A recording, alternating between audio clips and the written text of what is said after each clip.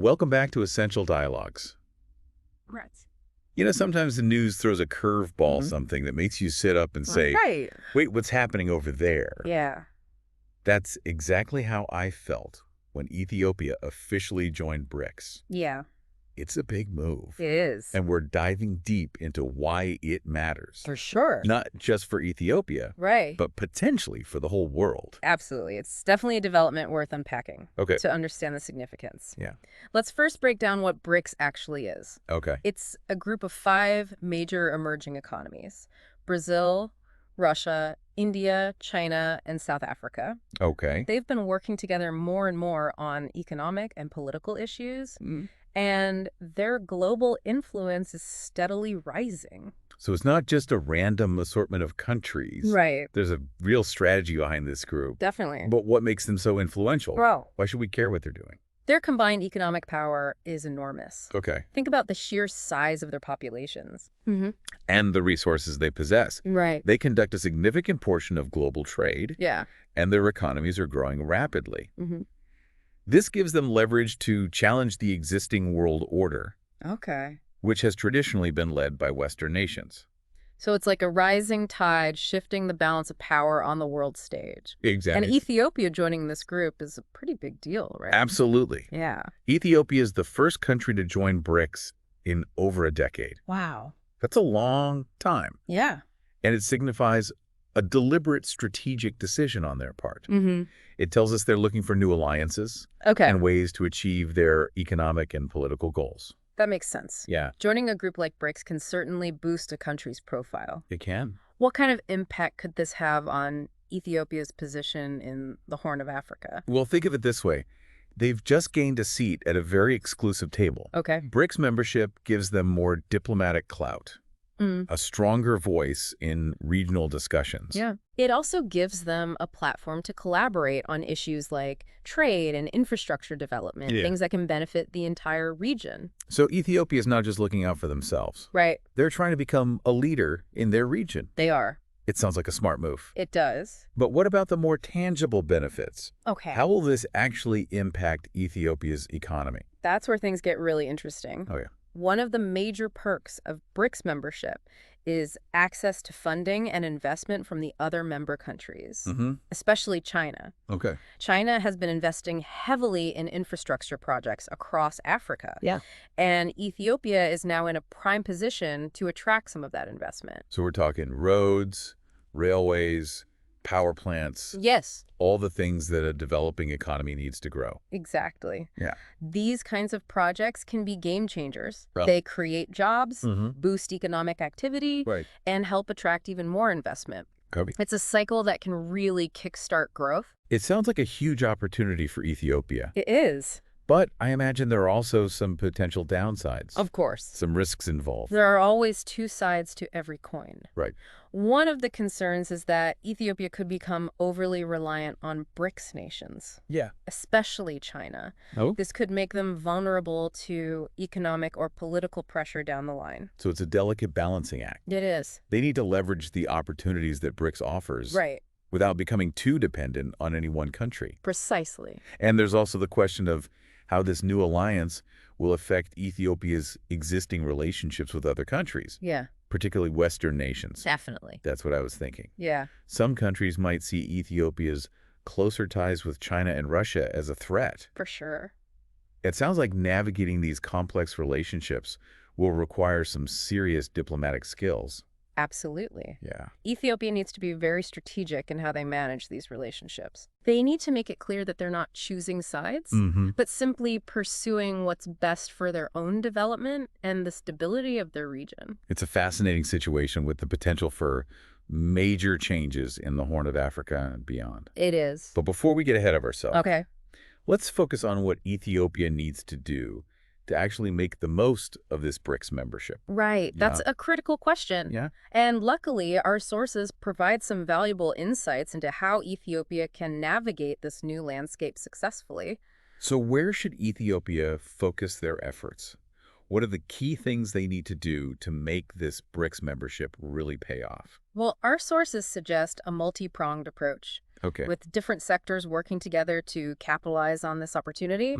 Let's start with the government. Okay. They need to be very strategic about aligning their development goals Right. with BRICS initiatives. What does that look like in practice? Can you give us some concrete examples? Absolutely. Think about infrastructure development, for example. Ethiopia has a huge need for better roads, Mm-hmm. railways, and ports. Right. These are areas where BRICS countries, Yeah. particularly China, Yeah. have a lot of expertise and resources. By prioritizing these projects and seeking partnerships within BRICS, Okay. Ethiopia can accelerate their development and attract much-needed investment. So it's about strategically choosing projects that align with BRICS' strengths and needs. Exactly. That makes sense. Okay. But it's not just about picking the right projects, is it? No, it's also about diplomacy. Okay.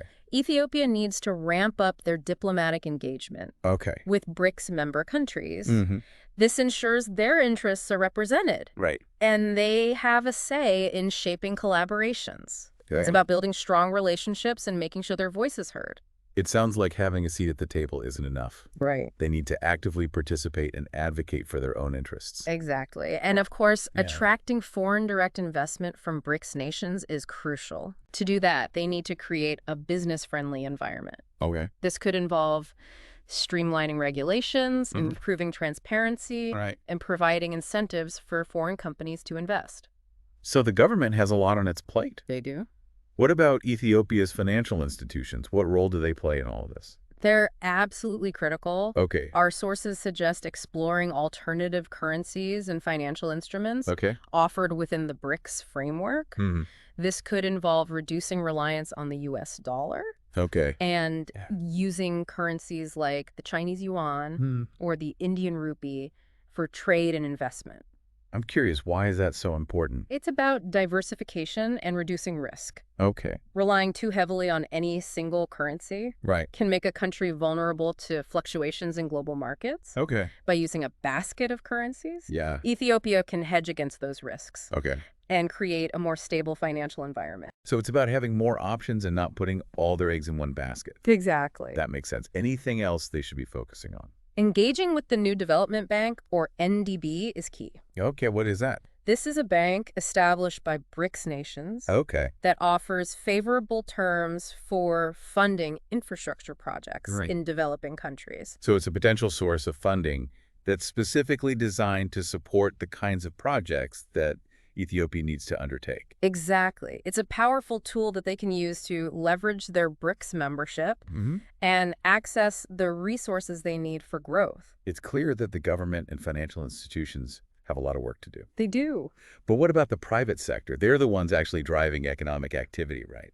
Absolutely. And they have a huge role to play in capitalizing on BRICS membership. Okay. Ethiopian businesses need to be proactive in identifying export opportunities within BRICS countries. Okay. They need to figure out where they have a competitive edge Right? and focus on those areas. Do they have any particular strengths they could leverage? Agriculture and textiles immediately come to mind. Yeah. Ethiopia has a long history of agricultural production, Right. and they've been developing their textile industry in recent years. Mm-hmm. These are sectors where they could potentially compete in BRICS markets. So it's about taking their existing strengths and finding ways to tap into these massive new markets. Are there any other strategies they could pursue? Forming strategic partnerships with BRICS-based companies is another key strategy. Okay. Joint ventures can facilitate technology transfer, boost productivity, and open doors to new markets. Right. It's a win-win situation for both sides. It sounds like there's a lot of potential for collaboration and growth. There is. But it's not just about businesses, is it? What about education and training? Don't they play a role in all of this? You're right, we can't forget about the human capital. Yeah, Ethiopia needs a skilled workforce to take advantage of these new opportunities. exactly. And our sources emphasize the importance of capacity building. That means investing in education and training programs that equip Ethiopians with the skills they need to compete in a globalized economy. Are there any specific areas they should be focusing on? Think STEM fields: science, technology, engineering, and mathematics. Okay. These are areas where BRICS nations are really strong and where Ethiopia needs to catch up. They also need to focus on developing language skills, Oh, particularly English and Mandarin Chinese, which are increasingly important for international business. so it's about aligning their education system with the demands of the global marketplace. Right. Are there any other ways they can enhance their workforce? Fostering research collaborations with institutions in BRICS nations is crucial. Okay, how so? This allows Ethiopian researchers to learn from the best, Mm. access cutting-edge technologies, and contribute to global knowledge creation.